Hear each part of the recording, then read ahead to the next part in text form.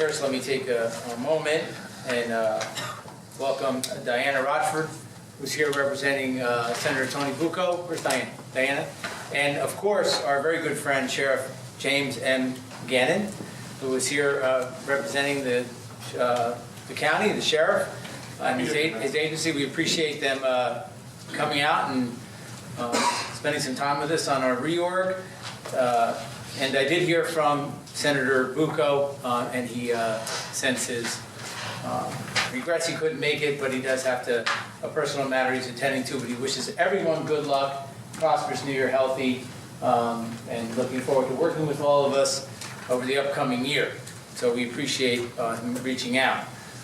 So let me just start out by wishing everyone a Happy New Year. Wish all the citizens and the council have a prosperous and healthy new year. Looking forward to working with each council member on their issues and issues that affect the town as a whole. And we look for, I hope to be a very, very exciting year, working with my business administrator, Department of Law, and all the department heads. And that saying that, let me touch on a few things that happened in 2018 before I just touch on a few things in 2019 that are coming. So the first thing I want to do is I want to talk about something that finally closed in 2018. I was hoping that it did, so I didn't have to use it for 2019, which was the 11 acres at Foots Pond. It is a closed, done deal. We had a little silent clap in the back. You can clap because we worked on it for a very long time. And we appreciate the help and the commitment of the Foots Pond organization and the neighbors down there, our Councilwoman Allison Deeb, for the trial and tribulations we had to go through for a long time to make that happen. That is a very, very nice piece of property, and believe me, it was eyeballed by many more people than the municipality, but it was something that we talked about 10 years ago when we started this journey, that open space, when we could, we would try to acquire. And I would say that's our third solid piece of open space that we've acquired here in Morristown. Clayton Woods, which we'll have a ribbon cutting in the spring. Over on Hillcrest, we did the garden over on Early, the park by Madero 44 and 55. I can't really say we own the little pocket park by the Grand Cafe over on Schuyler, but isn't that a really cool little pocket park? And we really advocated for that at our planning board. Now 11 acres over at Foots Pond. For a 2.9 square mile town, I think that's a very good accomplishment on behalf of the council and the administration and the citizens of Morristown. I think that's a job well done by all, and I think you all deserve a round of applause.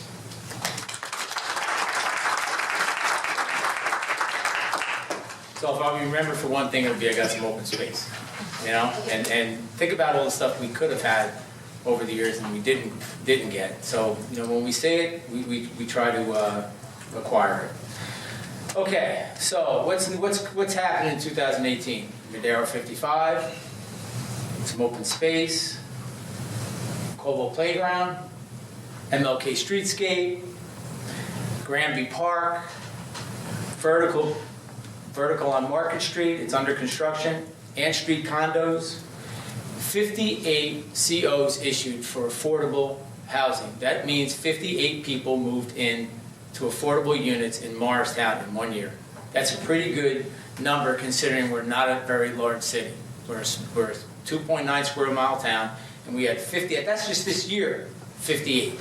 So we're very, very proud of that. That 58 people now have moved into affordable housing units in Morristown. They have, and the COs were issued for those 58 units. To me, that's something that's very important. I want to thank our planning division. They came up with, introduced and the council adopted a new form-based coding, which is what we're now based on with our ordinances and moving our planning department and what we do for Morristown. We're on the cutting edge. Not very many communities have taken on the form-based coding we have. We don't want to forget what happened last March and last January. Does everybody remember what took place in late January? 15,000 women marched through Morristown. And what happened in March? A bunch of kids marched for their lives, for our lives. And those are two things that happened in Morristown that I think are incredible events that we should not forget, and we should mention how important they are, that we're that type of community that welcomes those type of events and really shows what we're about. And I think that'll be in the record book, those type of events that took place here at Morristown. It wouldn't have happened without all the help from the council and from the citizenry. Also a municipal ID program, which is doing really well. We have hundreds of people have municipal IDs now. Like I said, there's a lot that took place in 2018. We balanced our budget. We employed people. We worked on all the different things that take place that make our community better. We have more policing. We brought in a public safety director, which we'll briefly touch on. We have a director of property maintenance and code enforcement, which has been a big help to us. So we're investing the townspeople's money in places that we know we need to make sure that Morristown runs really well and people are protected and their property values stay where they are and they rise, and that we're a clean and safe town, and we're really proud of the work that they do. Without the hard work of all the employees in the town of Morristown, this town would not be what it is. And they really are the backbone of our community, which is the workers. Our DPW guys are out there day and night, whether it's dealing with snow, whether it's dealing with clogged sewer drains from leaves, whether it's broken trees, you name it, they're out there working, and they're the backbone of what takes place in this community. And I want to personally say thank you to them, and I know that the residents of Morristown appreciate everything they do. And I'm glad that our trash company picks up our trash on time. Occasionally they get the day wrong, but most of all they do get it right. So everything seems to be working good on that end. 2019. No, who would have thought that we'd be saying 2019 when I remember when the Buffalo Bills were in the Super Bowl in 1991. I know, nobody gets that. But I get that, how fast time goes, right? How fast did 2019 come? Pretty quick, right? For those who are council people in wards, you all have to run for election this year. That's how fast 4 years goes. And I got to tell you, they all do a good job. And no matter what they do, we all support everything they do here on the council to make this town the best town it can be. And I, as a mayor, appreciate the hard work that they do and to work with the administration day in and day out to make this town the best town in the county. So on that note, thank you very much. So what are we going to work on in 2019? You know, I could go on and on and on with all the different things that happened in 2018, but we all see how the town's doing. We see a vibrant downtown. We see a lively community. We see people moving in and out of our community all the time. We see restaurants that are packed. We see jazz festivals. We see festivals, fall festivals. We see book festivals. We see all these different things that are happening in our community, and it kind of really shows what we're about and what we're like, and how important that is as a mayor to recognize all the people that put those things together. I don't do anything with the book festival. It's a handful of volunteers. Fall festival, the partnership. Jazz festival, well, I have something to do with the jazz festival. Christmas holiday on the green. Those are the things that make our community give a sense of community.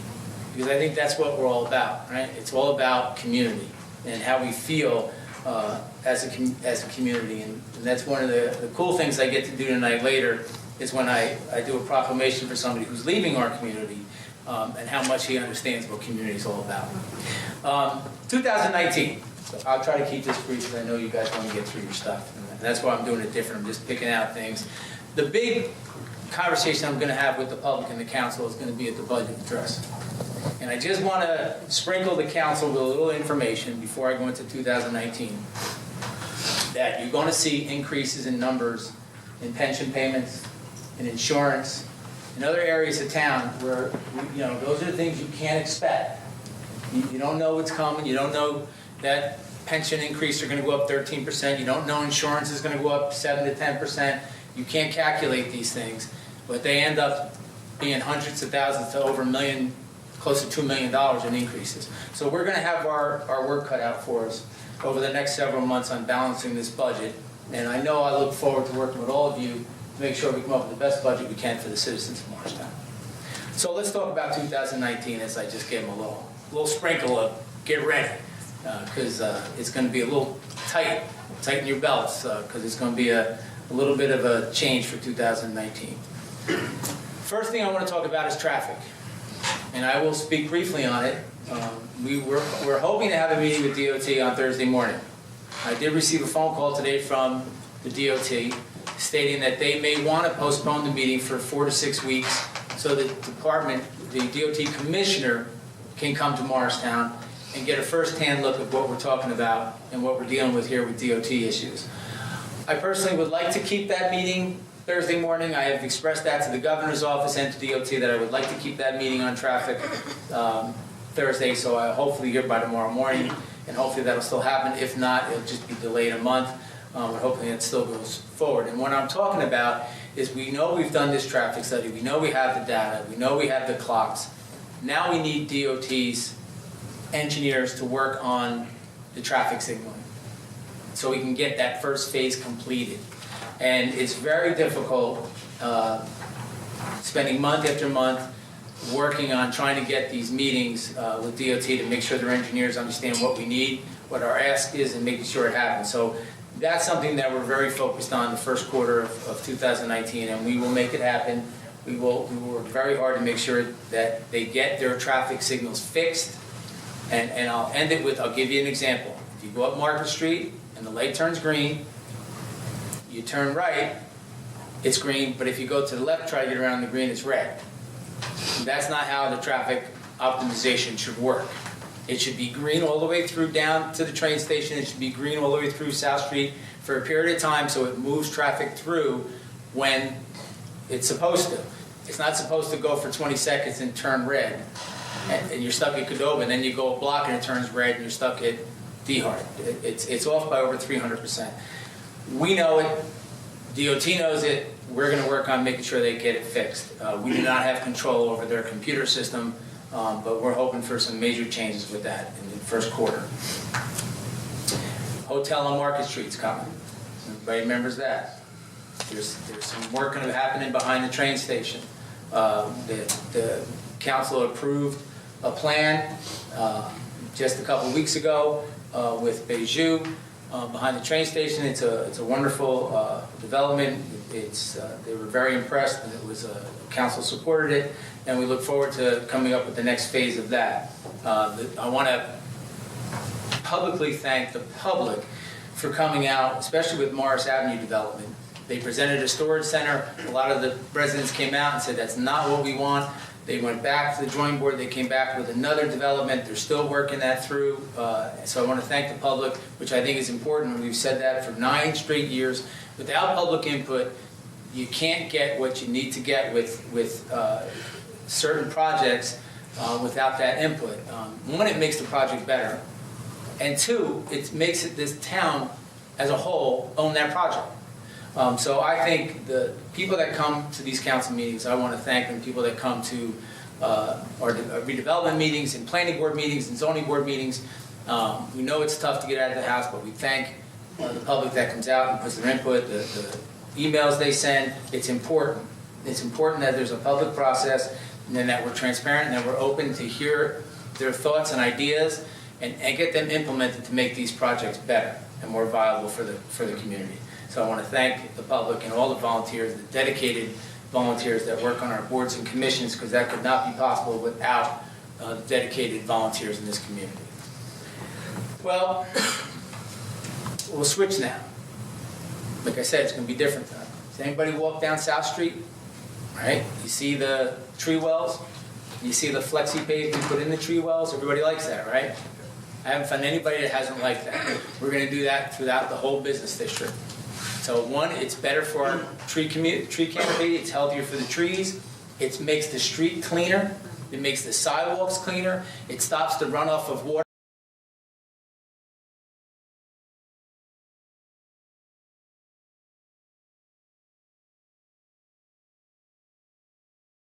for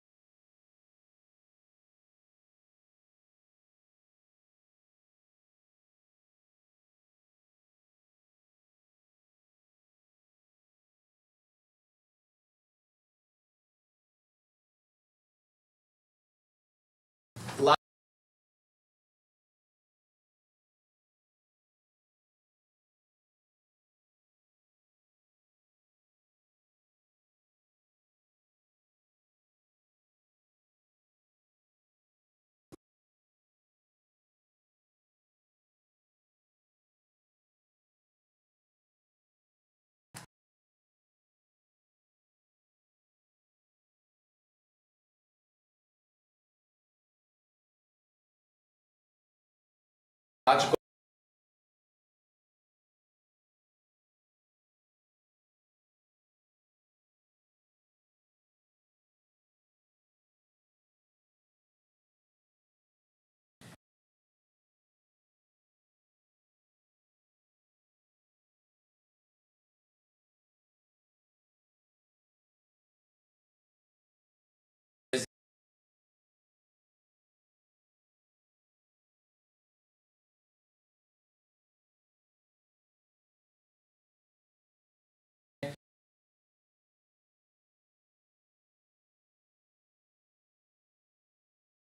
laundromat.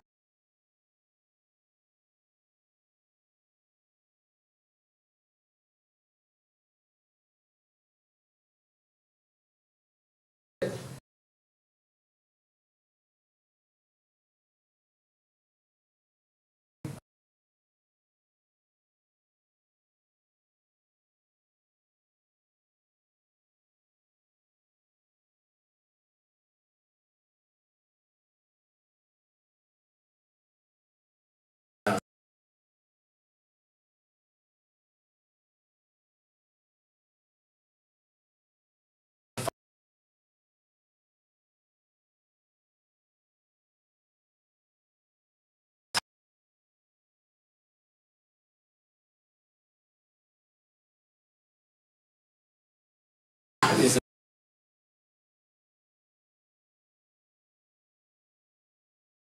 so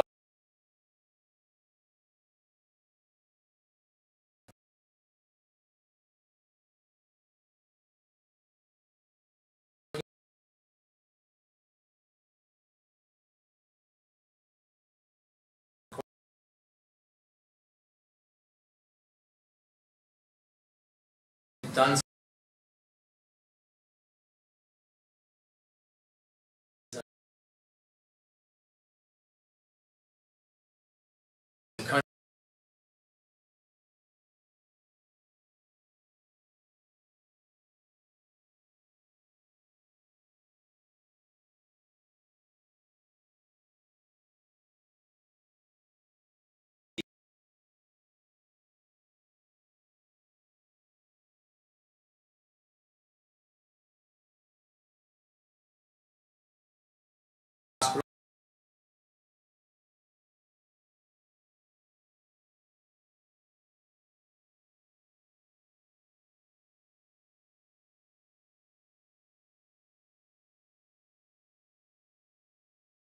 it for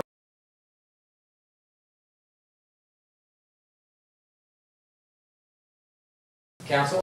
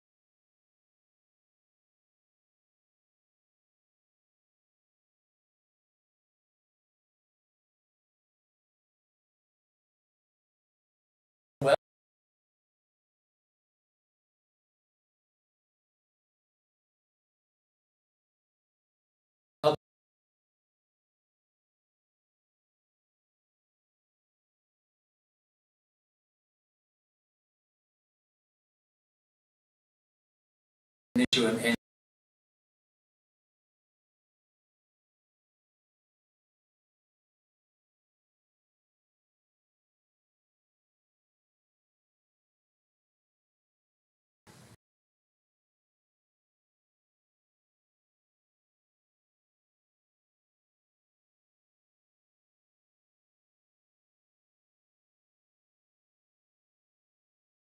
program.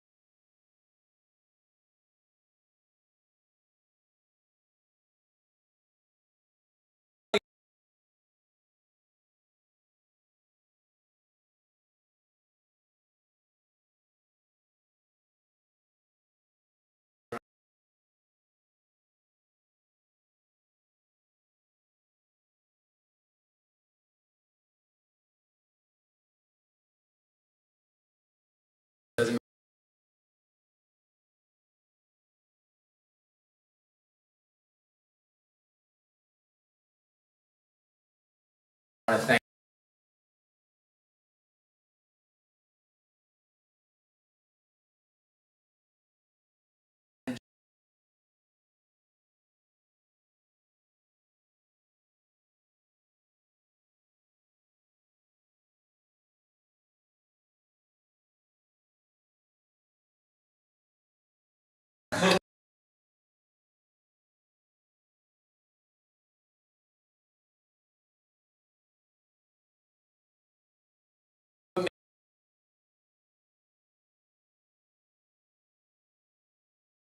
choir.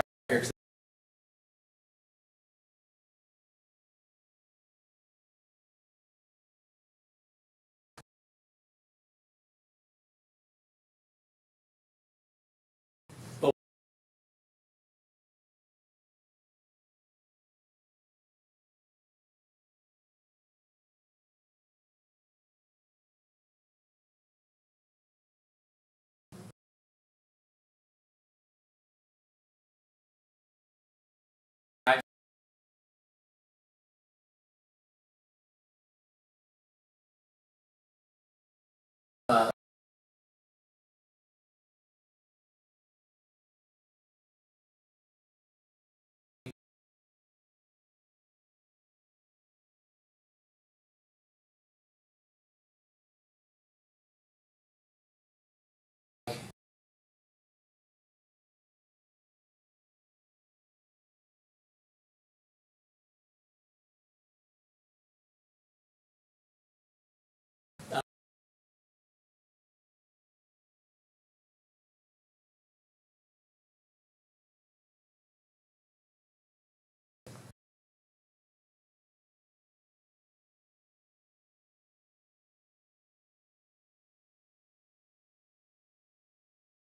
well,